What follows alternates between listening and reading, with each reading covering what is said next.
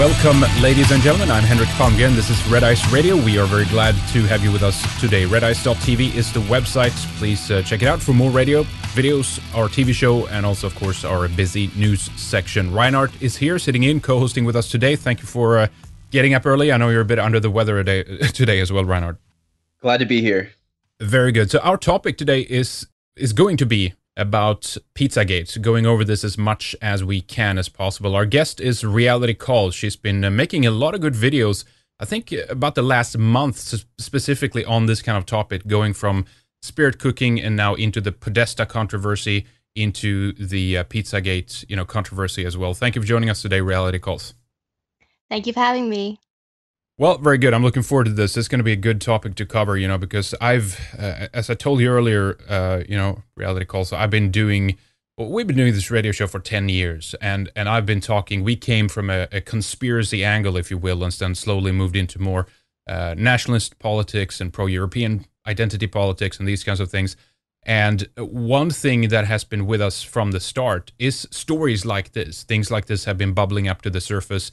We used to talk with people like David Icke, right? And many people think he's, crazy in many of the things that he talks about or whatever. But one of the issues that he's been very vehemently hammering over the years, over the decades really, that he's been looking into these global elite networks and everything else, is this issue of pedophilia and the pedophile networks, child trafficking, sex rings, and these kinds of things. And I think the Pizzagate is it's not something that is isolated, that stands on itself, that has popped out, and all of a sudden we're seeing something that we've never seen before. This is actually, for those who are in the know, for those that have been doing their research over the years, knows that now and then this ugly beast is showing the tip of its head to us, and we can actually see and look into what's going on. But so we'll get into this, and talk more about these connections and everything else. But I wanted to begin with your Reality Calls and just see how you stumbled into this and what the angle was when you started making videos about this. I don't know if you were into any of this, these kinds of topics before, or if this opened up this whole world to you. Yeah, so like you said, this kind of stuff's been going on for decades, and it's been reported, even in some mainstream media, we hear about elites now and again being involved in paedophile rings, famously Jimmy Savile in the UK, but it's all over the place. It's European countries, it's Australia, it's on a state level in the US, but now it seems that it's actually also in Washington, D.C., basically. So the way I stumbled upon it, and the way I think that most people stumbled upon Pizzagate, was actually because we were all trying to help get Trump elected. So as the WikiLeaks came out, they were kind of released in batches by WikiLeaks. These are emails that had been hacked out of John Podesta, Hillary Clinton's head of campaign, his Gmail account. So these had been leaked, and we were going through them, basically trying to find dirt about the Clinton Foundation, pay for play, that kind of standard government corruption. And what we found were a series of emails that appeared to be coded. And at first, no one really understood what the significance of these emails were. So we kind of put them on the back burner. But as more of them came up, and as people started sharing them, places like 4chan, places like Reddit, where there are a lot of people who frequent the dark web, people started pointing out, hey, that's actually well-known pedophile code words they're using there. And so as we started to decode these emails, it came to light that it appears that people who are intimately involved with Hillary Clinton's campaign, Obama's campaign, Bill Clinton's campaign, and just working for the Democratic Party in general, they appear to be involved in child trafficking and child abuse as well. So it's really disturbing, yeah. It's very disturbing, incredibly disturbing. And yeah, WikiLeaks seem to have opened up a can of worms here, intentionally or not. The DNC emails was remarkably revealing in many regards. But one of the things, of course, that happened, as you said, is that people started to find these garbled, I guess, emails that didn't really make sense. One of the funny ones that I looked into at first was Because I knew about Bohemian Grove, right, for years. Alex Jones broke into Bohemian Grove. He did this documentary, like, I don't know what this is, 15 years ago, maybe, or something. And one of the things that they do is they burn effigies and everything else to Moloch, one of these, Hmm. old ancient gods, basically. And one of the emails actually contained this issue that one of the staff members or something had sacrificed a chicken to Moloch. And I was like, Yeah, I've interesting. actually got this email up right now, I There think, you and go. Yeah. it was Cheryl Mills sent an email to Hillary Clinton saying, "I'm sacrificing a chicken in the backyard to Moloch." And Moloch is a god associated with child sacrifice. And the word chicken is used as gay slang for underage boys. So put those two together, and you have I'll be sacrificing a boy in the backyard to Moloch, god of child sacrifice. Where did these code words or the breaking? Was it FBI that did investigations on like trying to decode language that is used because they're involved in illegal things, so they have to start using code words? Or how did these become known? Well, I mean, the chicken one I actually looked up for myself. I mean, you can find it on the internet right now if you just type in gay slang chicken. It's actually on Wikipedia. It will tell you it's gay slang for underage boys. But for most of the code words, they were shared on like 4chan and Reddit. Like I mentioned, a lot of the people who frequent those forums visit the dark web, something that I don't know much about, but a place where child pornography is rife. And they said these are well-known pedophile slang. Like this isn't some kind of slang that they've made up themselves. This is just well-known pedophile slang that they're using. Right. Okay, I see. Yeah, because I mean, I know that there's consequent investigations. We'll get into that in a moment about, I guess, some of the symbolism used and the fact that there is a whole nomenclature. There's a whole symbolic language that these people use to Mm. communicate with each other, basically, of some of their intentions. And I guess that's. Let's just go into that now in terms of how this became Pizzagate. There's two aspects as far as I've understood it. One is of course the Comet Ping Pong connection, and then the other one is the fact that pizza was one of these words that was used in many of these emails. Isn't that right?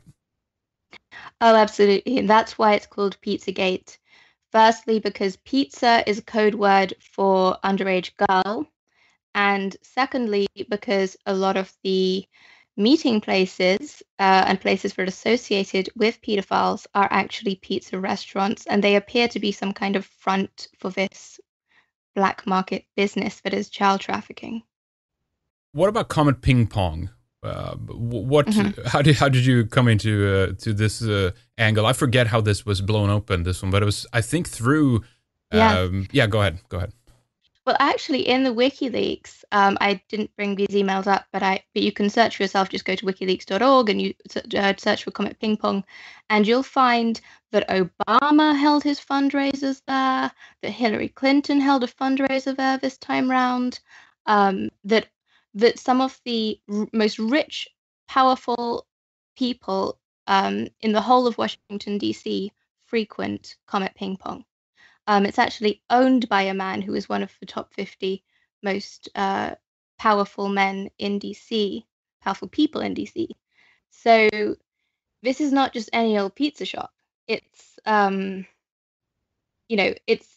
it's a type of place that holds fundraisers where you've got to pay $1,000 just to get in the front door. And the other thing that turned us on to Comet Ping Pong was once you start looking at it and you start seeing photos of the inside. They have art on the wall that depicts decapitated heads being carried around by people.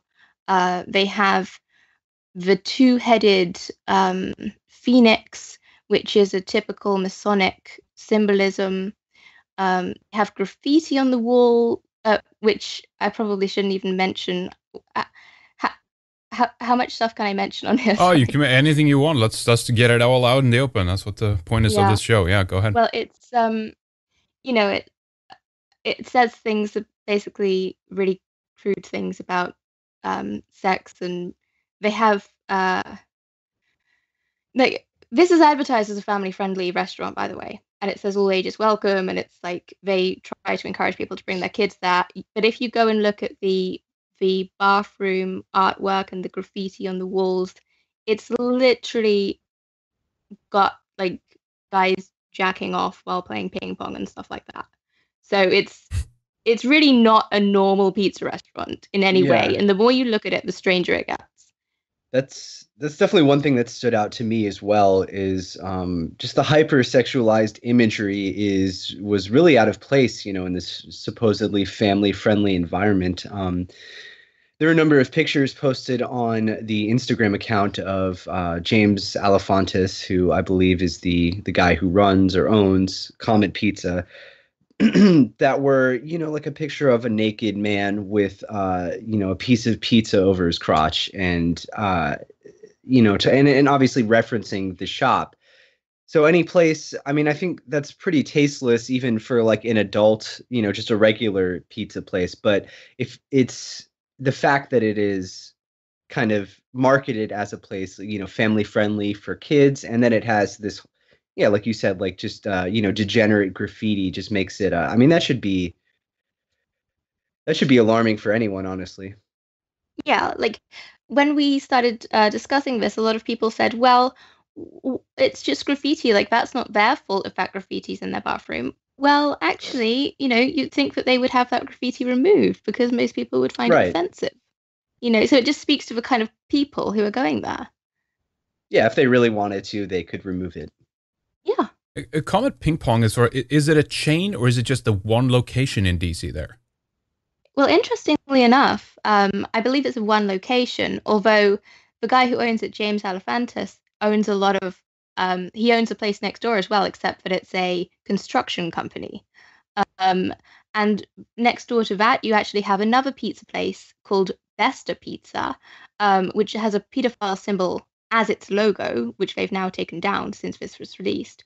And then opposite to that, you've got Terrasol, a French restaurant which also had a paedophile symbol on on the front page of their website, and which Hillary Clinton is photographed as visiting. So you're kind of getting the picture here.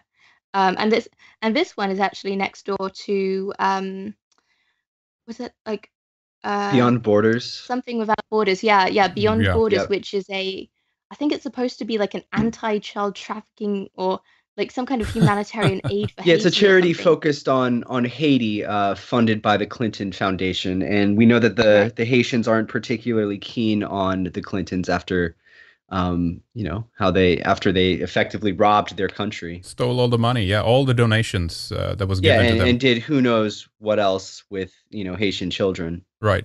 So let's just go with the symbolism here just a little bit for people because you mentioned the logo and the best pizza. They changed it and everything else. One of the common themes within the symbolism, and again, you detail this, in your videos, reality calls, that it doesn't mean that every logo that has some kind of similar significance is involved in a pedophile network. In some cases, it's just an accident. But one of the prominent ones is you have a larger item and then usually a smaller item of the same inside of that or to the side of it or something, kind of implying this idea of an adult together with something which is smaller, like a child, right? So you have a large one and a small one. And one of the common ones was, I guess, a triangle with a smaller triangle within it, which is just what Besta Pizza had, right? That's exactly right. And even in one of the WikiLeaks emails, they even say, what do you want, big or little? They're very big, little is a very significant sort of pedophile slang. I hate the fact that I even know this stuff, but obviously from researching it, I found out. Right.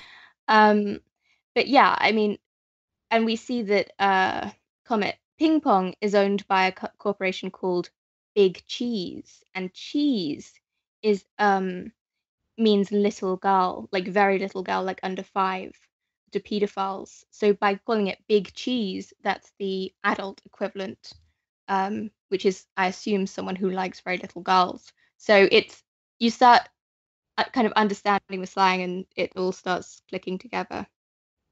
Who's James Alefantis? I mean, he's involved, as far as I've been able to understand so far. He's been photographed with Tony Podesta, the brother of John Podesta. He's been involved in a lot of charity works, fundraiser, things like this, right? Yes, he seems to be some kind of socialite who, and honestly, I don't know much more about him other than that he was previously married to someone who was very prominent in the political world in DC. Um, I'd have to Wikipedia him or something to find out Yeah, more about he's him. James Alefantis has been romantically involved with David Brock, who is a very influential person in the Democratic Party. So he's gay. Oh yeah, He Yeah. is. Yeah, Media Matters. I believe David Brock is the chief thereof. He's Interesting. very well connected. I think that's probably a big reason why Comet Ping Pong has come to be such a haven or for the elite. As Reality Call said, many very influential people have been pictured going there. Obama, Hillary, I believe, donated some money, and so forth. And yeah, even Soros is through his Open Societies Foundation has been linked. So it's definitely a very happening pizza place. Because it's such a small place. That was so interesting. I mean, it doesn't mean, of course, just because it's a small facility or Right. location, but it's still, it was like just this kind of almost like a hole in the wall kind of place, and all these big fundraisers are taking place here. It's I find it interesting. it does appear that there are back rooms, underground rooms. Possibly it's connected to an underground tunnel as well. Obviously, people who've tried to get in and investigate have been turned away, so that's why we haven't really been able to really fully disclose what's going on inside there, obviously, because we just don't have the authority to do it. This is what the FBI should be doing. Um, but I think that it may come out in future that this restaurant is connected to an underground tunnel. There's good reason to believe that it is. Yeah, absolutely. It's And I wanted rumored. to comment on the whole issue of there being private like separate rooms and whatnot.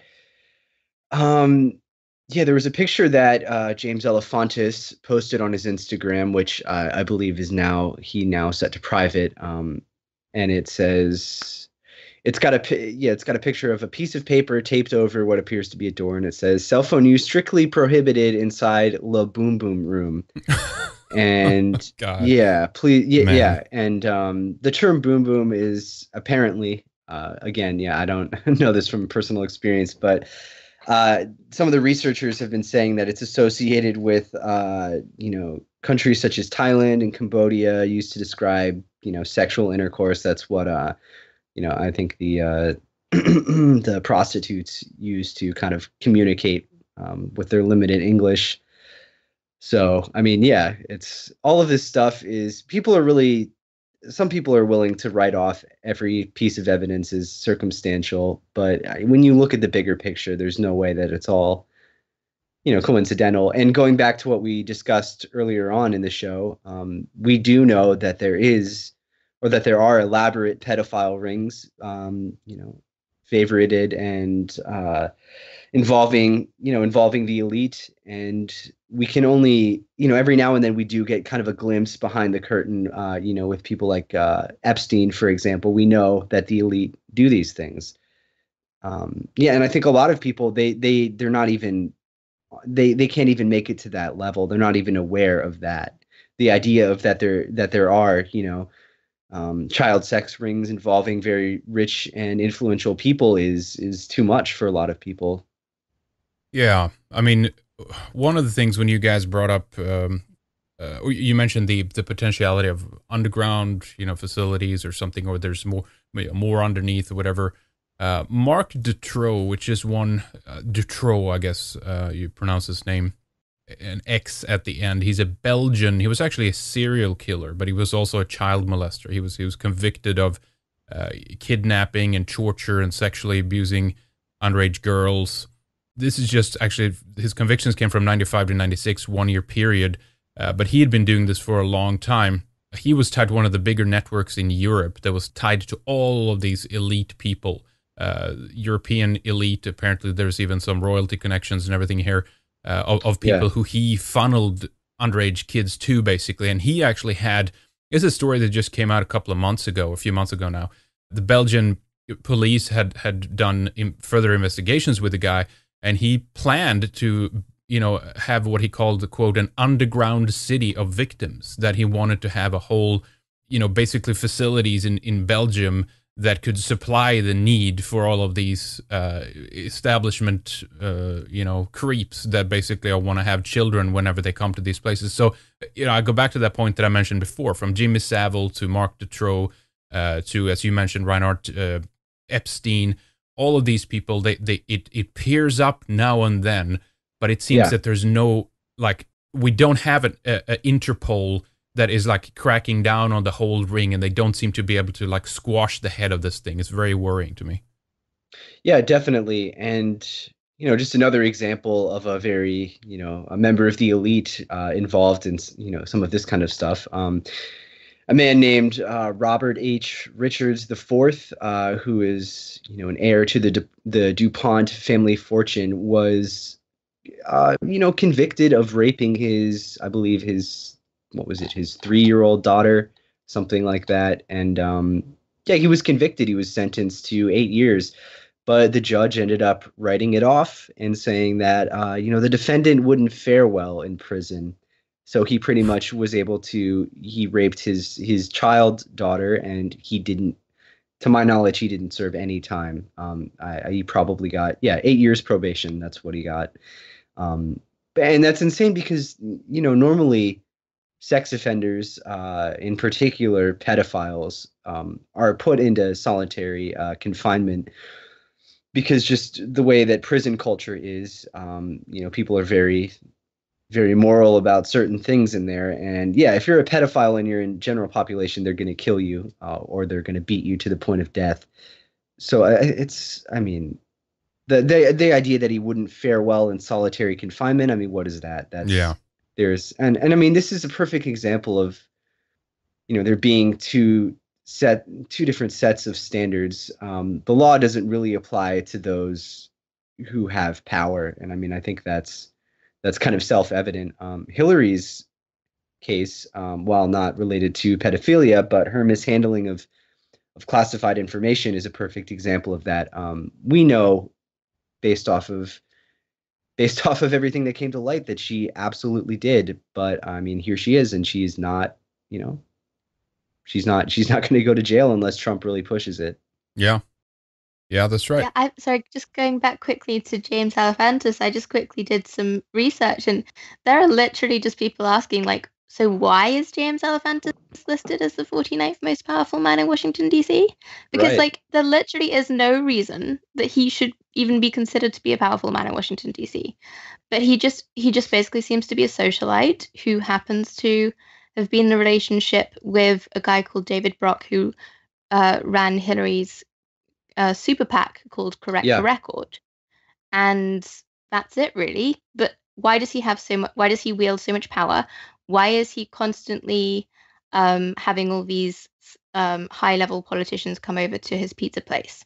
I don't know. This is the kind of thing where you start asking questions like, does he supply children to them? That is purely speculation, but it starts to make you ask these questions when you see stuff like this. Yeah, exactly. The food can't be that good at Comet Ping Pong in order to boost him to being one of the most powerful people in, the capital of the most powerful, country in the world. That is something that needs to be appreciated.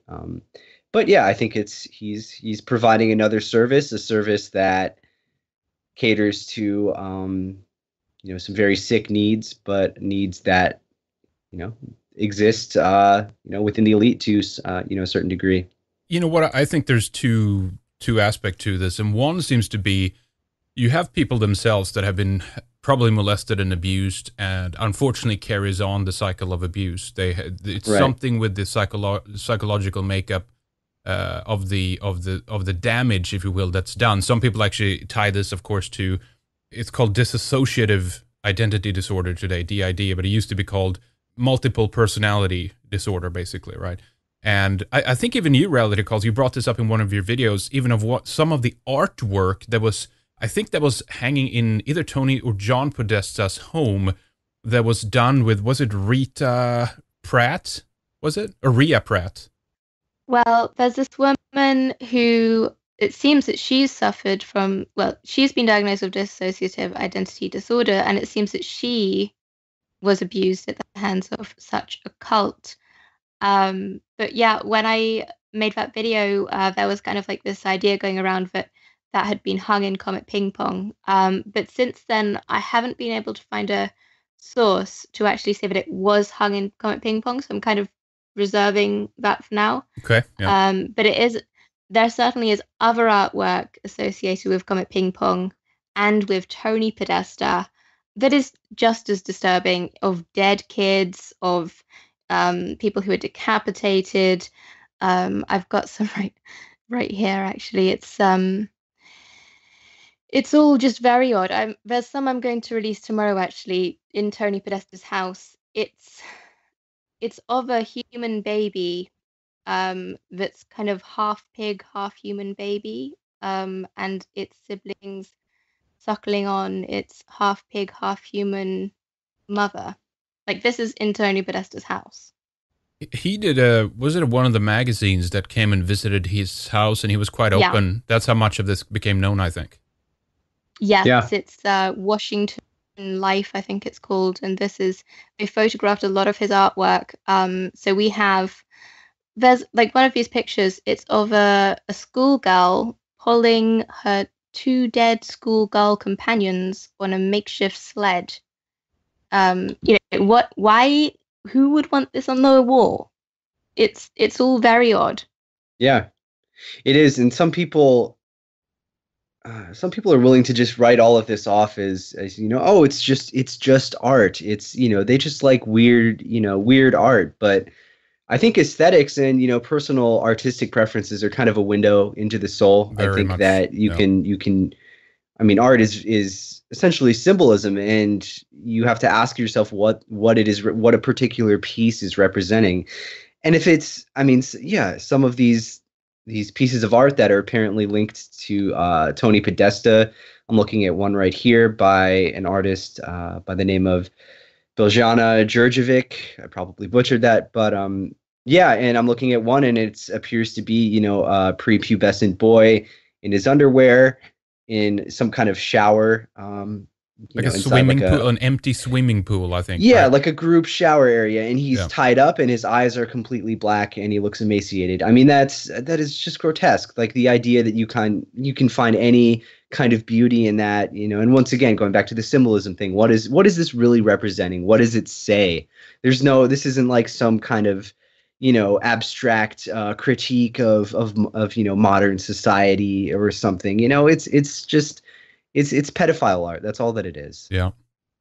And one of Tony Podesta's prize pieces of art that he loves being photographed with, and which James Alefantis, when he visited Tony Podesta's house, which they seem to do on a regular basis, I assume, or at least he has been photographed there at least once,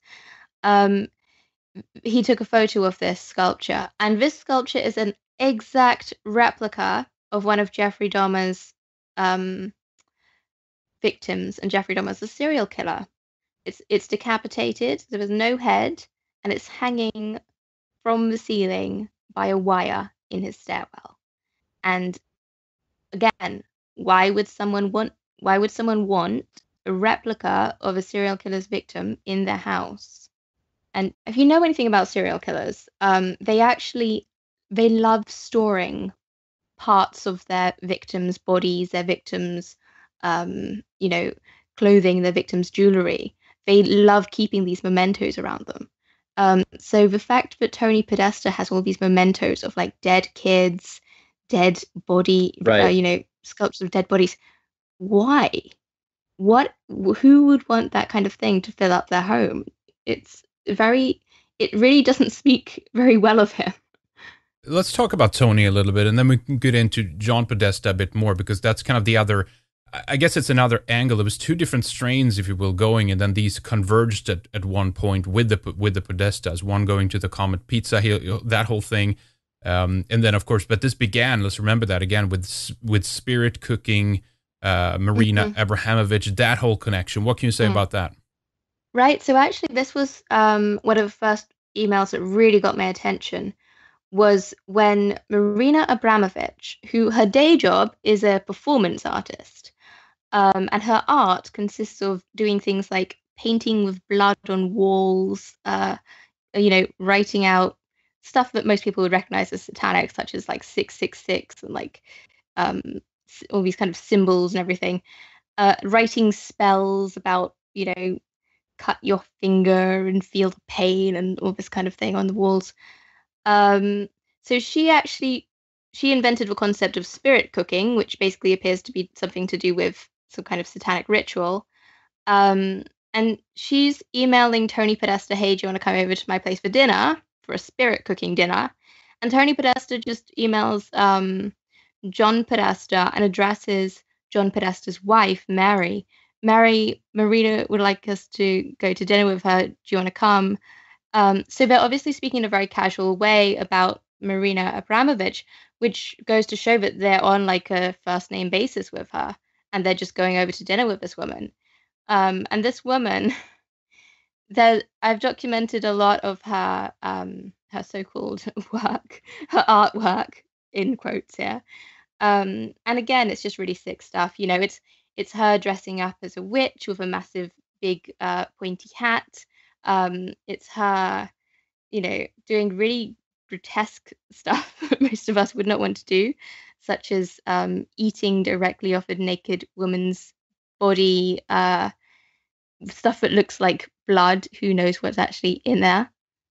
Um, she has like these kind of celebrations where she has what look like human cadavers, like dead bodies, but they're actually cakes. So people eat these cakes, and it's almost like kind of simulated cannibalism.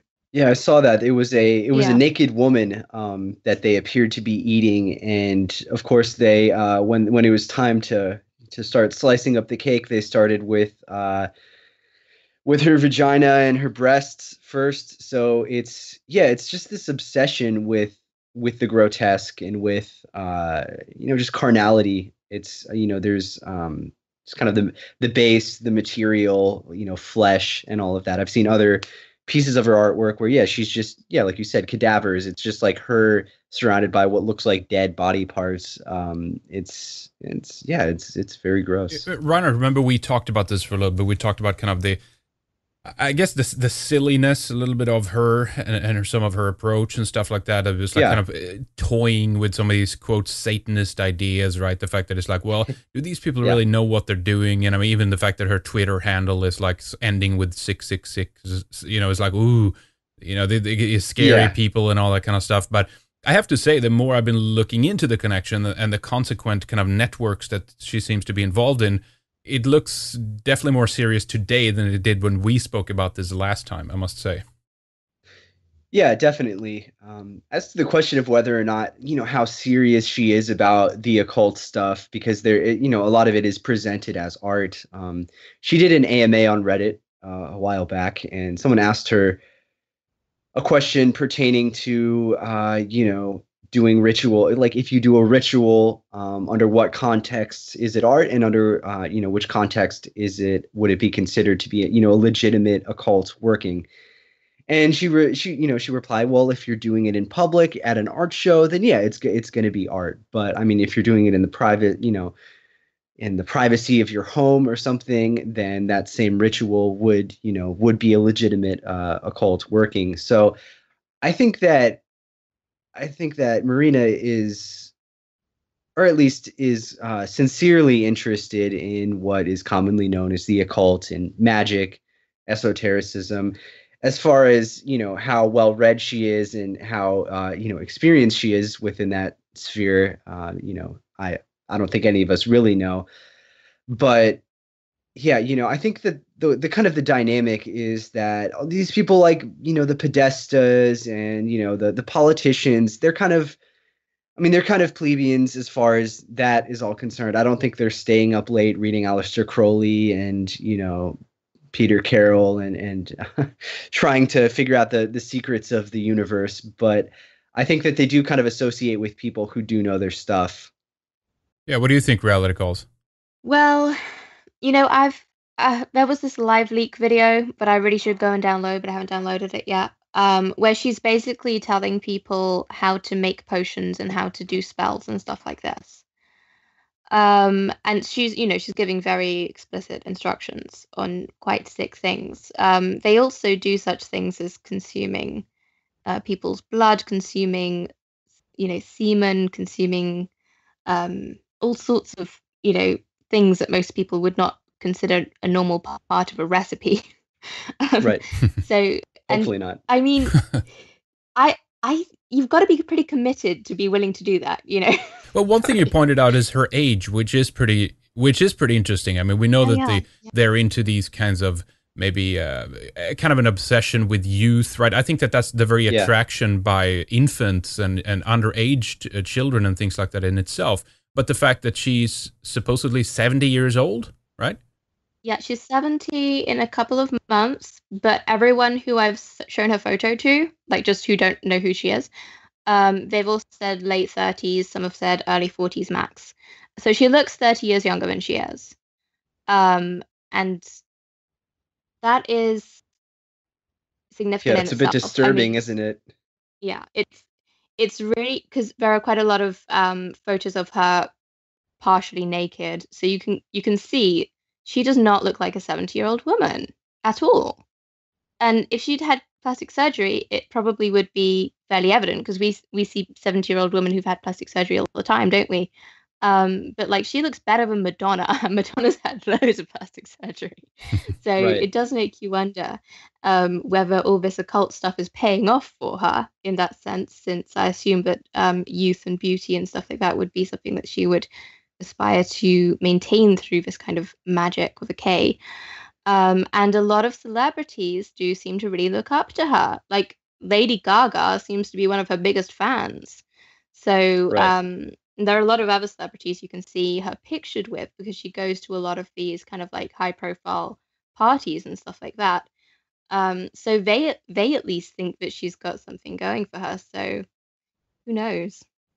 Yeah, and going back to what you were saying about the potion, the weird potions and whatnot, I do think that a lot of the elite, the politicians and whatnot, I think that they might be interested in all of this, but I think it's mostly like they want power. These people worship power, That's why they're in carnality. politics, you know? Yeah, yeah, exactly. So I think that they see someone like Marina as like, oh, she knows her stuff. Let's hang out with her and, drink these potions with God knows what. And but yeah, and again, I think these people, the term satanic has been thrown around a lot, regardless of, and I think regardless of whether or not they consider themselves satanic, kind of the values that they appear to elevate and espouse are could be considered satanic. In the Yeah. traditionally the pentagram,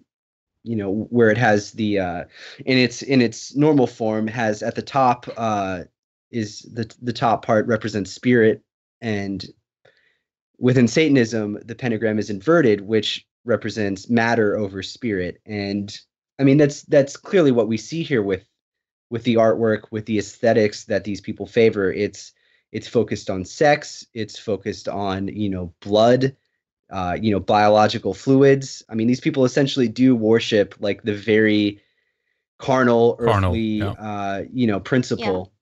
It's definitely what most lay people, if you say satanic to them, this is exactly the kind of thing they imagine. And like you say, whether they call themselves Luciferian or Temple of Set or whatever they want to identify themselves in their little cult, we view it as satanic, and this is what we call satanic. So yeah, you do get these odd people saying, well, this isn't technically satanic because satanic is like this. Well, the general public doesn't really care what branch of Satanism it is. Yeah, you can use the You know? term colloquially, and there's a lot of Yeah. variation within Satanism too. So to imply that there is one Satanism would be, Like like saying implying that there's there's one there's Christianity or one something. Christian, exactly, or one paganism. There are Satanists that believe that Satan is a literal being. Others, Levian Satanists are more kind of, it's atheism for people who enjoy edgy aesthetics. It almost seems that they are into the most stereotypical type of Satanism, though, in a way. The most base level, the most like kind of almost ridiculous, but of course in its most evil form as well, considering the child connections. I don't know if you guys remember when John Podesta is standing holding up his hands. 14 is on one hand and the fish on the other, and someone pulled out the story of Osiris, right? That Osiris was murdered and cut up into, I think it was actually 13 pieces, but the 14th piece, he was cut up by Set, by the way, and scattered throughout the Egypt. And then Osiris' wives tried to kind of find all the pieces and put them together. And the part she couldn't find was the phallus. And that had been eaten by a fish who now was cursed because of this in the River Nile. And Isis made a phallus out of gold, temporarily resurrected Osiris, so she could conceive a child. And then the offspring of this was Horus, their child. But so this 14 plus fish is kind of symbolic of the male phallus of power, sex magic, and also resurrection. And John Podesta seems to be very much into kind of like, UFOs and things like that. He's been even, talking on Twitter about how he's been trying to push disclosure with Obama and stuff like that. So he's into a lot of these kinds of esoteric occult angles, but it seems to be a much more darker and sinister side to him, and especially his brother as well. Yeah, I agree completely. And a lot of, there's one email which I just like to read out, actually. It's one of these emails that the first time you read it, you're like, WTH, like, what the fuck? And the second time you read it, you're like, well, maybe this could be explained. And then you go back to the WTH after you've done a bit more research. So basically, this is a quote from the email, and it's to John Podesta. Bonnie will be Uber service to transport Ruby, Emerson, and Maeve Lusanto, 11, 9, and almost 7. So you'll have some further entertainment, and they will be in that pool for sure. So it sounds creepy as hell when you first read it. But a lot of people then pointed out, well, I believe it's their grandma who sent this email, so she wouldn't possibly be pimping out her grandchildren, would she? But then once you do some more research into what's been going on internationally, you start to realize actually a lot of the parents are in fact pimping out their own children. And this actually seems to be kind of quite common. It's, it's quite a normal pattern. So it just gets more and more disturbing. Interesting.